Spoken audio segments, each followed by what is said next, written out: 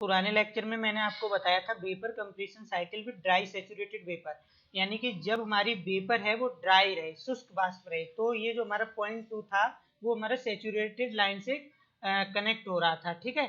लेकिन अब जिस लेक्चर की हम बात कर रहे हैं उसमें हम आप लोगों को बताने जा रहे हैं vapour compression cycle with wet vapour, ठीक है। आप लोगों को दिखाई दिया, ये रहा विद वेट वेपर, मतलब कि गीली वाष्प हो। तो जो हमारी सैचुरेटेड लाइन रहेगी, सैचुरेटेड लाइन से जब हमारी ये जो लाइन है वंस कंप्रेशन प्रोसेस है, इसका जो आफ्टर द कंप्रेशन पॉइंट होगा वो हमारा ड्राई सैचुरेटेड लाइन के अंदर होगा, ठीक है। इस लाइन के अंदर होगा तभी ये हमारा वेट वेपर कहलाएगा, गीली वाष्प रहेगी। मतलब कि जब ये सैचुरेटेड लाइन से अंदर रहेगी तो वाष्प हमारी गीली रहेगी, तो हमारा ग्राफ इस तरीके से बनेगा, ठीक है। और बाकी के जो प्रोसेस है वो पुराने वाले जो प्रोसेस है सेम टू सेम वही रहेंगे, जैसे 1 से लेकर के 2 आइसेंट्रोपिक प्रोसेस हो गया, ठीक है। एंट्रोपी हमारी कांस्टेंट रहेगी, और इसे हम कंप्रेशन बोलते हैं, कंप्रेशन प्रोसेस बोलते हैं। 2 से लेकर 3 कंडेंसर प्रोसेस हो गया, और इसे हम आइसोबारिक या फिर कांस्टेंट प्रेशर बोलते हैं। 3 से लेकर के 4 आइसेंथैल्पिक प्रोसेस हो गया, या फिर हम इसे एक्सपेंशन प्रोसेस बोलते हैं। 4 से लेकर के 1 एवोपरेटर प्रोसेस हो गया, जिसे हम आइसोबारिक या फिर कांस्टेंट प्रेशर प्रोसेस बोलते हैं, ठीक।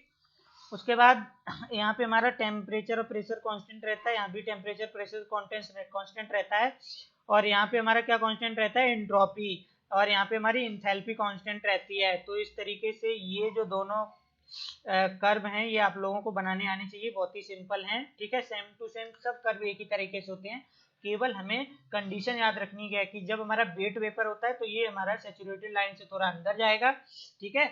अगर ड्राई सैचुरेटेड वेपर रहेगा तो ये वाला पॉइंट हमारा यहीं पे आ जाएगा वापस, ठीक। उसके बाद हम बात करते हैं इसकी सीओपी की। तो इसकी सीओपी जो है वो पुराने वाले की तरह सेम टू सेम सीओपी रहेगी, ठीक है। रेफ्रिजरेशन इफेक्ट जो है वो हमारा एवोपरेटर पे प्राप्त होगा, तो ये हमारा हो जाएगा H1 माइनस के H4, ठीक है। या फिर हम जिसे बोल सकते हैं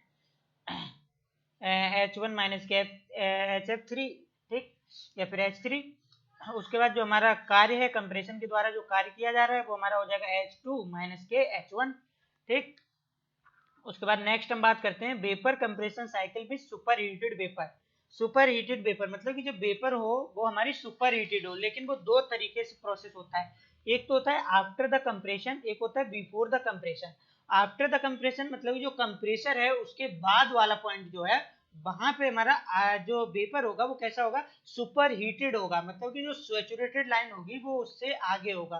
चलिए हम कर्व के द्वारा इस चीज को समझते हैं, ठीक है। टीएस डायग्राम के द्वारा हम समझते हैं। तो ये रहा हमारा टीएस डायग्राम। देखिए इसमें जो कंप्रेशन वाला पॉइंट है 1 से लेकर के 2, तो इसमें जो 2 वाला पॉइंट है वो हमारे सेचुरेटेड लाइन से बाहर चला जाता है इंक्लाइंडली, ठीक। तो ये यहाँ से यहाँ तक का जो प्रोसेस है, जो ये 2 वाला प्रोसेस है, यहाँ पे जो हमारी वेपर है वो कैसी है, सुपर हीटेड है, ठीक है। तो इसी तरीके से ये जो प्रेशर वाला डायग्राम बनेगा, पीएच डायग्राम बनेगा, उसमें भी हमारा जो 2 वाला पॉइंट रहेगा वो यहाँ पे रहेगा, ठीक। और इसका ये जो कर्व है वो इस तरीके से बनेगा, ये यहाँ पे बनाया नहीं है, ये कर्व रहेगा इस पे इस तरीके से, ठीक है। उसके बाद प्रोसेस, बाकी प्रोसेस सेम टू सेम होंगे।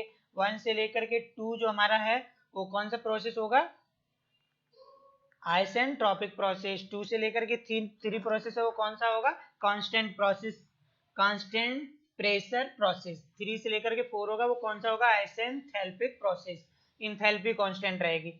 4 से लेकर के 1 प्रोसेस रहेगा वो कौन सा होगा हमारा, कांस्टेंट प्रेशर प्रोसेस, ठीक है। और जो रेफ्रिजरेशन इफेक्ट हमारा प्राप्त होगा वो 1 से लेकर के 4 ही प्राप्त होगा, मतलब कि H1 माइनस के H4। और जो हमारा वर्क प्राप्त होगा वो 2 से लेकर के 1 तक ही प्राप्त होगा, मतलब कि H2 माइनस के H1, ठीक है। तो जो इसकी हमारी सीओपी होती है वो क्या होती है, रेफ्रिजरेशन इफेक्ट बटे कंप्रेसर वर्क। तो ये हमारी हो जाएगी H1 माइनस के HF3 बटे H2 माइनस के H1। और इसको हम प्रोसेस को जिस तरीके से मैंने समझाया है कि 1 से लेकर के 2 कौन सा प्रोसेस है, 2 से लेकर के 3 कौन सा प्रोसेस है, 3 से लेकर के 4 कौन सा प्रोसेस है, उस तरीके से हम इसे प्रक्रम के थ्रू लिख देंगे जब भी ये क्वेश्चन आता है, ठीक है। उसके बाद हम नेक्स्ट क्वेश्चन की बात करते हैं, before the compression before the compression मतलब कंप्रेशन से पहले ही हमारी जो भाप है वो कैसी हो जा रही है, सुपर हीटेड। सुपर हीटेड मतलब संतृप्त, अति गर्म हो जा रही है, ठीक है। तो यानी कि जो हमारी सेचुरेटेड लाइन है उस लाइन से बाहर पॉइंट चला गया। तो जब हमारा ये पॉइंट हमारा सेचुरेटेड है तो इसके ऊपर जो हमारा दूसरा वाला पॉइंट है वो भी हमारा सुपर हीटेड ही रहेगा, क्योंकि यहीं पे हमारी जो वाष्प है वो सुपर हीट हो जा रही है, तो दूसरा वाला जो पॉइंट होगा वो भी हमारे सुपर हीटेड पॉइंट ही होगा। तो इस तरीके से जो हमारा इसका कर्व है वो 1 से लेकर के 2, वो वाला जो प्रोसेस है वो हमारा हो जाएगा आइसो एसेंट्रोपिक, क्योंकि हमारी यहाँ पे एंट्रोपी कांस्टेंट रहेगी 2 से लेकर के 3, कांस्टेंट प्रेशर, जहाँ पे हमारा प्रेशर कांस्टेंट रहेगा, लेकिन इसमें प्रेशर जरूर कांस्टेंट रहेगा 2 से लेकर के 2 डैश। ये यहाँ पे हमारा टेम्परेचर कांस्टेंट नहीं रहेगा, 2 डैश से 3 डैश तक हमारा टेम्परेचर कांस्टेंट रहेगा, ठीक है। और उसके बाद हमारा 3 से लेकर के 4 हमारा एसेंथैल्पिक प्रोसेस होगा, जहाँ पे हमारी इंथैल्पी कांस्टेंट रहेगी, ठीक है। इंथैल्पी वाले डायग्राम में देखो। उसके बाद 4 से लेकर के जो 1 प्रोसेस होगा वो हमारा कैसा होगा, आइसोबारिक या फिर कांस्टेंट प्रेशर प्रोसेस, ठीक है, या फिर एवोपरेटिंग प्रोसेस। तो ये हम ग्राफ के थ्रू ये चीज हम दिखा देंगे उसमें, ठीक है। और इसकी जो हमारी वो निकल के आएगी सीओपी, सीओपी वही रहेगी।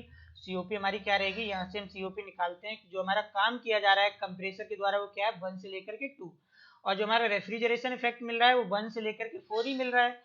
तो जो हमारी सीओपी हो जाएगी वो हो जाएगी H1 माइनस के H4 बटे H2 माइनस के H1, ठीक है। तो ये हमारा यहाँ से यहाँ तक हमें क्या प्राप्त हो रहा है, इसकी सीओपी, कोएफिशिएंट ऑफ परफॉर्मेंस, ठीक है। तो अगर आपको लोगों को हमारा वीडियो पसंद आया है तो हमारी वीडियो को लाइक करिए, चैनल को दोनों में देखो, दोनों का जो कर्व है दोनों में डिफरेंस क्या है। यहाँ पे हमारा ये जो कंप्रेशन प्रोसेस है इसके बाहर हो रहा है प्रोसेस, ठीक है। और इसमें हमारा जो कंप्रेशन प्रोसेस है वो इसके अंदर मतलब कंप्रेशन से पहले ही हो रहा है। ये कंप्रेशन के बाद और कंप्रेशन के पहले दोनों इसे हम बोल सकते हैं। आफ्टर कंप्रेशन भी हमारा सुपर हीटेड है, बिफोर कंप्रेशन भी हमारा सुपर हीटेड है। और ये वाला हमारा क्या है, ये हमारा केवल कंप्रेशन के बाद ही हमारा सुपर हीटेड है। तो ये दोनों पॉइंट आपको समझ में आ गए होंगे।